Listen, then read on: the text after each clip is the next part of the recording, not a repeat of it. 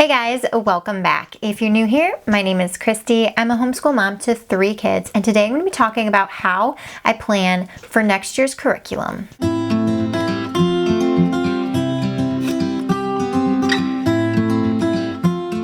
Actually have a video about how to choose a curriculum that I posted during my very first year of homeschooling, and I posted it because I felt like as a new homeschooler it was really overwhelming trying to start out. That video is from a little bit of a different perspective.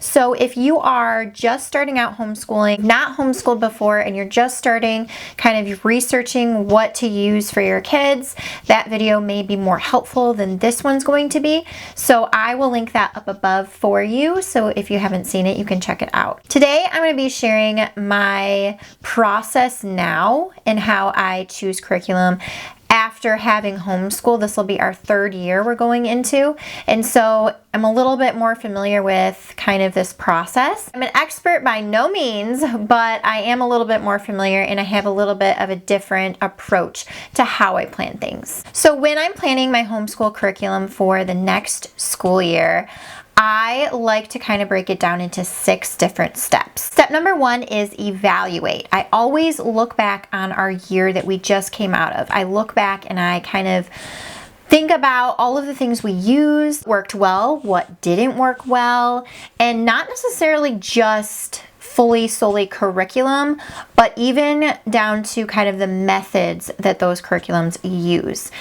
Is there a curriculum that was more kinesthetic that worked really well for a certain child? Is there a curriculum that had a lot of visuals or hands-on projects that worked really well? Was a workbook process more helpful for a certain child in a subject?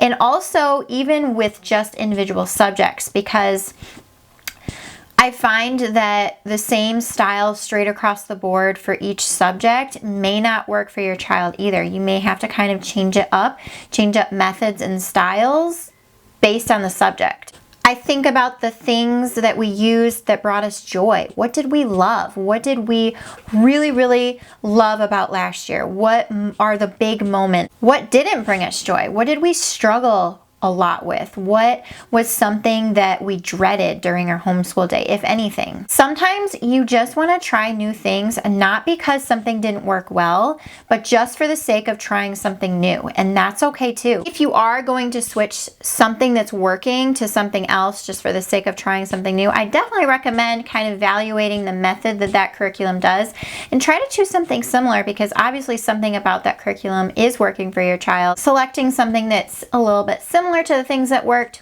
might be helpful. Step number 2 is evaluate your child's and your family's needs.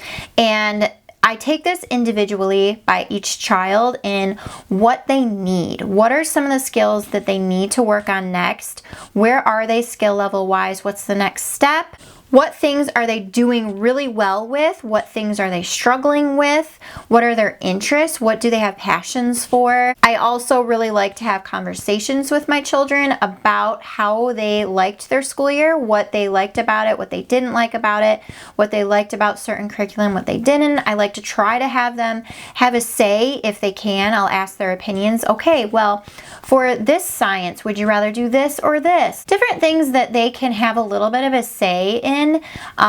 Also, it doesn't mean I'm going to pick what they choose, but I like to take their opinions and then my opinions as well and kind of like combine them and evaluate from there. What are their learning styles? What kinds of methods work really well and make things click for them? Also, while doing this, I like to evaluate our family's needs. Maybe your family is going through a trying season. Maybe you're expecting a new baby. Maybe you're moving. Maybe you have a big life change happening. Maybe you're just a mom with a lot of kids that needs a very open and go, little to no prep curriculum. Step number 3 comes down to research, and this is the process that takes me the longest and will probably take you the longest as well. The thing that I really like to do when I begin the process of researching curriculum is to pray. And I like to pray because I know that He knows what's best for my kids, and I am not the best decision maker, and so I need to trust in Him to help guide me into making these choices for this school year. The wisdom and discernment to be able to make these decisions. And so that really helps give me a little peace when it comes to researching and kind of diving into the ocean of homeschool curriculum. I may be researching next levels for curriculum we liked this year to see kind of how they are laid out in the, different books or different concepts that are being taught. I may find a new curriculum that one of my friends posted about on YouTube or Instagram or something, and I'm like, oh, that looks so cool, let me look into that. I think YouTube is a phenomenal place to get exposed to new curriculum, to research. I think that if you see something you like in somebody's video or Instagram post, by all means, go and research it. See if it would work for you and your individual family. But keep in mind that just because something works for one person doesn't mean it's going to work for you or for your children. Every family is unique, every homeschool is unique, every child is unique. And so don't automatically assume it's going to be the same. That's where the research comes in. Really diving in, really critiquing the curriculum, evaluating it, looking at samples on their websites, looking at videos of people that have used it, multiple videos, to see kind of the flow of the curriculum, how it works in everyday life. Think about your cost and your budget and what you're willing to spend on curriculum for the year, and keep that in mind as well when you're looking at curriculum. There are a ton of curriculum out there, but if it's a curriculum that's way out of your budget, it's not worth going into debt or really struggling to try to get just because looks amazing. There are equally amazing things for a lot less cost to you. There's so many different curriculum on every price level imaginable, from free to hundreds of dollars. I also like to look at a curriculum and see how many extras are needed to be purchased. So if I look at a curriculum and I see the price for like the main book or something, and I think that that's reasonable, I also have to see, are there other parts to this curriculum? Are there different pieces that they need? Do they need a separate student book, answer key, test booklet, teacher's guide, manipulatives, whatever it may be, books, sometimes literature-based programs, you gotta purchase the book sometimes. And so that all goes into the cost factor. And so you have to keep that in mind too when you're looking at curriculum. You also have to see how that curriculum style is. Is it an open and go curriculum? Can you open it and just read to your child? Does it tell you what to say? Maybe you need an open and go curriculum. Maybe you do like to plan things and you want more of a curriculum that you can get involved in and personalize more. So look for something like that. Maybe you really don't like curriculum that has a lot of hands-on projects. Maybe you're just not a huge fan of a ton of projects, so you need to look for a curriculum that has less of that. Sometimes, like I mentioned before, each subject you may want a different kind of method or style. For us personally, I really love literature-based language arts. I really love literature-based history. And so those are kind of the programs I look at for those particular subjects. For science, I really enjoy unit studies. For math, my oldest daughter really likes straightforward, more of a traditional math program. She doesn't want a Charlotte Mason story along with her math. And so you just kind of have to gauge, maybe each subject may be different in the style, and you might not be able to use the same type of curriculum or curriculum company straight across the board. So it really just depends on your style and what you like for each subject. Another really great website you can go on is Kathy Duffy Reviews, and she is a person that reviews tons of curriculum. I think companies just send her a ton of homeschool curriculum so that she'll write reviews on them, and I appreciate her reviews because they are thorough, they are to the point. I can just read everything there is to know about it. She breaks it down really, really well, and like I said, really thoroughly. Even has like top picks that she has starred that are her top picks in her opinion. It is her opinion, so take it with a grain of salt, but it is helpful, and I think that she has some really good advice and knowledge in that department. Step number 4 is, once you kind of narrow down to some curriculums that you really love, what I personally like to do at this stage is create sample schedules.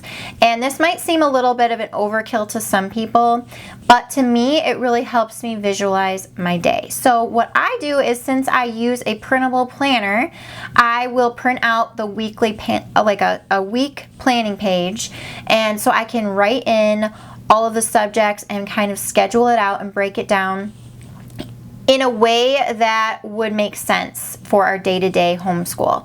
And so I like to see it that way because personally, I'm just not someone that likes to overload our days. I like to keep our days simple. I like to keep our days on the shorter side. I like to spread things out where I can so that my children don't become overwhelmed and I don't become overwhelmed.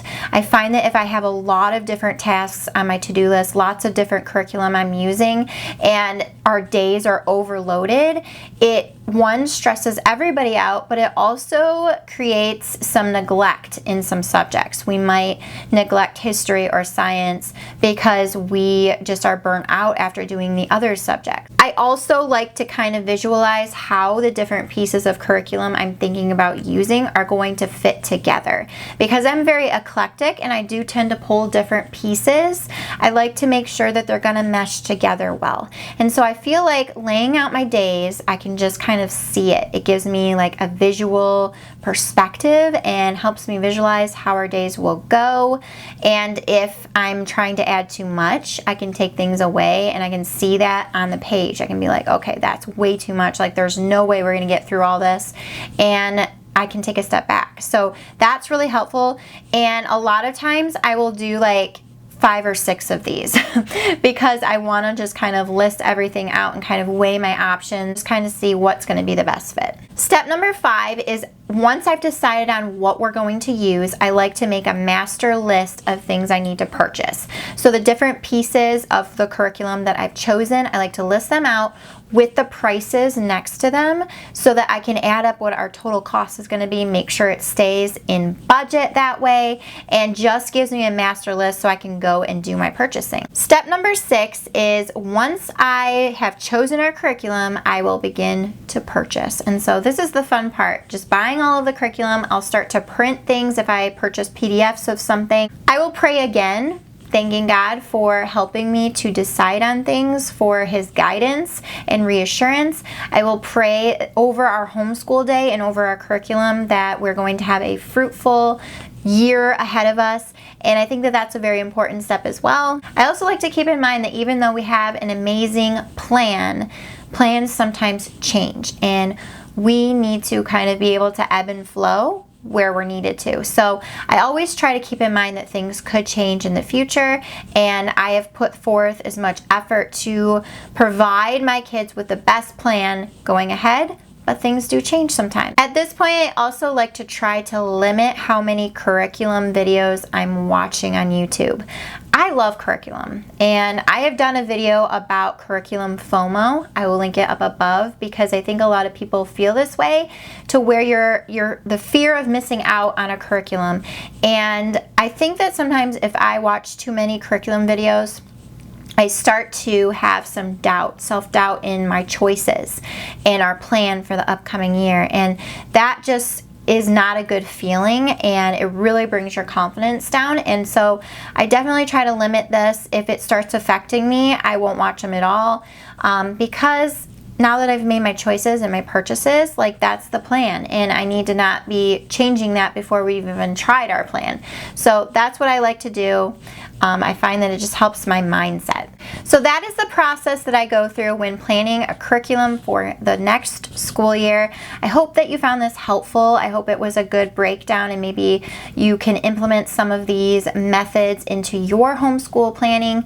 And like I said before, if you're first starting out, go back and watch that other video, because I do mention some different kind of things. It's a different viewpoint. It might be more helpful to you than this one was, because you don't have a previous school year to kind of evaluate and take experience from.